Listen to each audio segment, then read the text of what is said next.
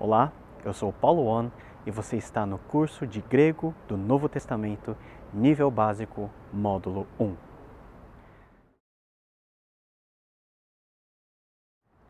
A civilização grega é o berço dos elementos culturais fundamentais da civilização ocidental.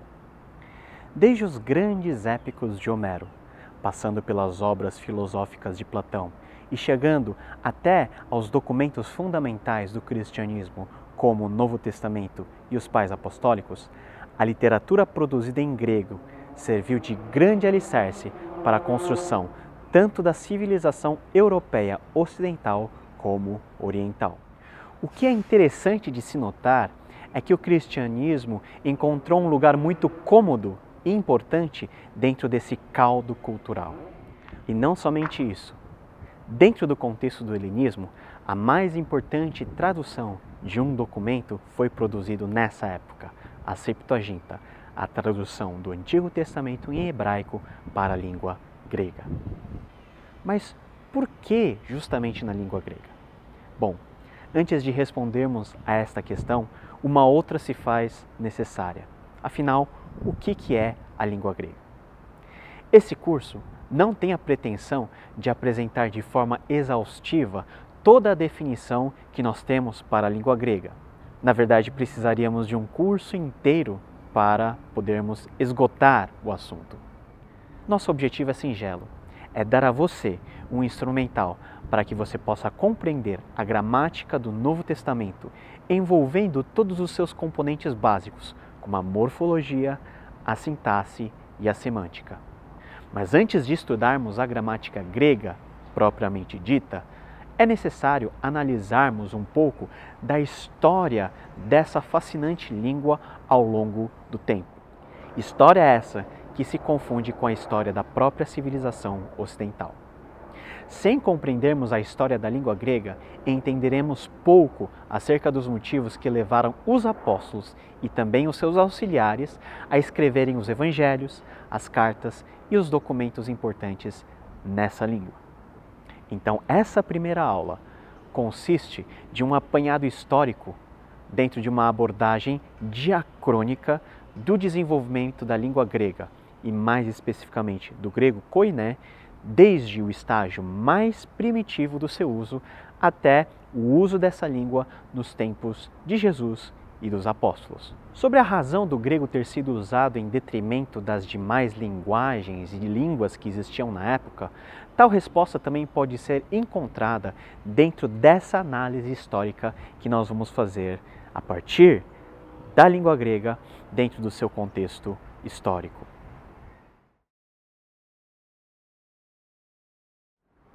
A língua grega faz parte da família de línguas chamadas indo-europeias.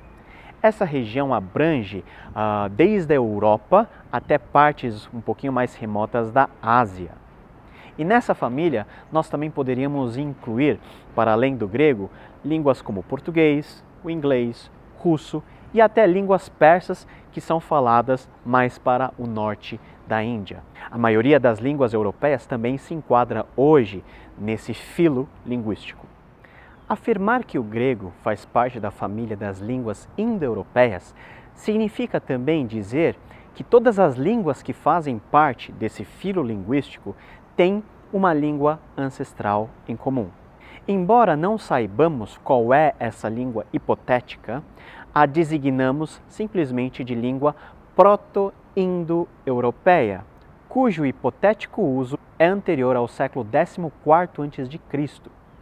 E dentre todas as línguas indo-europeias, a língua grega é a mais antiga a ser registrada por meio de evidências escritas. As primeiras evidências escritas descobertas pelos arqueólogos são as plaquetas de argila gravadas com um tipo de escrita chamada linear B, ou miceno, e essa linguagem foi decifrada por Michael Ventris em 1952. Esses tabletes foram encontrados nos palácios de Knossos, na ilha de Creta, e em Pilos, Micenas, Tirinto e Tebas, já na parte continental. Foram escritas aproximadamente entre o século XIV e o século XII. Essa escrita antiga era rudimentar, não era alfabética, mas silábica, ou seja, cada consoante tinha um som silábico. A partir de mais ou menos 1000 a.C., iniciou-se o chamado período clássico, também chamado de Era dos Dialetos. Nesse período, que se estende mais ou menos até 330 a.C., os diversos povos e cidades-estado, ou seja, as polis, utilizavam dialetos diferentes entre si. Alguns estudiosos chegaram a listar a existência de mais ou menos 20 dialetos diferentes nessa região, mas não possuímos nenhum registro escrito da maioria delas. E entre os dialetos gregos considerados os mais importantes, nós podemos listar 4 dialetos. O primeiro é o chamado dórico, ou o grego ocidental. Foi o dialeto falado pela maioria dos inimigos de Atenas na Guerra do Peloponeso. O segundo dialeto é o arcádio, ou também chamado cipriota. Embora não tenhamos nenhum registro documental dessa escrita, essa escrita é considerada a forma mais próxima ao que seria o grego primitivo. O terceiro dialeto é o eólico, que foi falado na Tessália, Beócia, Lesbos e nas colônias eólicas da Ásia Menor. Já o quarto dialeto, o mais importante, é o ático-jônico. É o mais importante, pois era falado em Atenas no período de maior esplendor literário que essa cidade já teve, entre 500 e 300 a.C. A partir da expansão do helenismo com Alexandre o Grande, uma forma popular desse dialeto começou a ser usado de forma comum, de forma corrente, ou seja, como língua franca. É justamente o dialeto chamado koiné. Embora a gramática e a sintaxe desse dialeto mudaram um pouco em relação ao dialeto ático clássico, a grafia, a pronúncia e certos elementos sintáticos também sofreram sensíveis modificações. Depois do período koiné, nós temos um período chamado bizantino, onde o grego bizantino era comumente falado. E essa língua era comumente falada no Sacro Império Romano Oriental, que tinha a sua sede na cidade de Constantinopla, também chamada de Bizâncio. E o uso desse grego durou até 1453, quando os turcos otomanos tomaram a cidade de Constantinopla. Para você notar a importância desse grego bizantino, ela é usada até hoje nas celebrações litúrgicas da Igreja Ortodoxa Grega e serviu como base para o que hoje nós conhecemos como grego moderno. Agora, analisando diacronicamente o desenvolvimento da língua grega dentro da história, nós temos alguns períodos que nós podemos considerar. O primeiro e o mais anterior é o período formativo entre o século XIV até o século VIII a.C. É o período de formação dos principais dialetos, ou seja, o ocidental, eólico e o ático-jônico. O próximo período é o período clássico, que vai até o século II a.C. E é o período em que floresceram as grandes e as maiorias das obras clássicas gregas, como Hesíodo, Heródoto e o próprio Platão. O período mais importante para a nossa consideração é o período helenístico, que também é chamado de período koiné. Vai de 330 a.C. até 330 d.C. E é o período em que começa o avanço do domínio do Império Grego-Macedônico, capitaneado por Alexandre o Grande, sobre toda a face da Europa, até chegar às portas da Índia. O grego ático passou a ser falado na sua forma mais corriqueira, estabelecendo-se como língua franca dentro dos domínios desse império em todo o mundo mediterrâneo. O próximo período é o período bizantino, que vai do século IV até 1453. É o período a partir da divisão do Império Romano entre Ocidente e Oriente. O Ocidente tendo a sua sede em Roma e o Oriente tendo a sua sede em Constantinopla. Nesse período, nós tivemos a redação da maioria dos grandes manuscritos que nos foram legados no tempo do Novo Testamento e também a redação dos escritos dos pais apostólicos e dos demais teólogos desse período. O fim abrupto desse tempo se deu com a queda de Constantinopla em 1453. O último período é o período que nós chamamos de moderno, ou seja, posterior à queda de Constantinopla. A partir de então, a língua grega foi mantida a despeito de todo o domínio que o Império Turco-Otomano exerceu sobre a região da Grécia ao longo dos séculos. Hoje em dia, o uso do grego moderno tem basicamente dois níveis. O primeiro é o chamado grego literário, kathareusa, ou seja, purificador. É a forma literária que parte da tentativa de ressuscitar de forma artificial o grego ático ou clássico. O segundo nível é o chamado de grego demótico, que vem da palavra demotike, que significa popular, ou seja, é o grego do dia a dia falado nas ruas da Grécia hoje. Sobre a importância da língua grega no processo de helenização dos povos conquistados por Alexandre o Grande, vale destacarmos que esse processo não significou de maneira nenhuma a erradicação completa das culturas das nações e dos povos dominados. Pelo contrário, a tentativa bem-sucedida consistiu em formar um amálgama entre a cultura local e a cultura dominante grega para que gradualmente os povos das nações tornassem como os gregos. Na linguagem de hoje, da análise das relações internacionais, poderíamos usar um termo chamado soft power.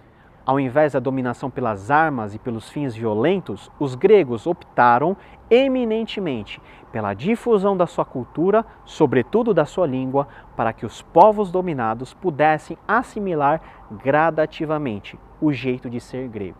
E os estágios subsequentes dessa dominação envolviam a difusão e a implantação das práticas e dos próprios costumes dos gregos, até que se chegasse a um estado de ordem e de unidade chamado homonoia, por meio da grande comunidade, ou seja, da koinonia grega do mundo helenístico.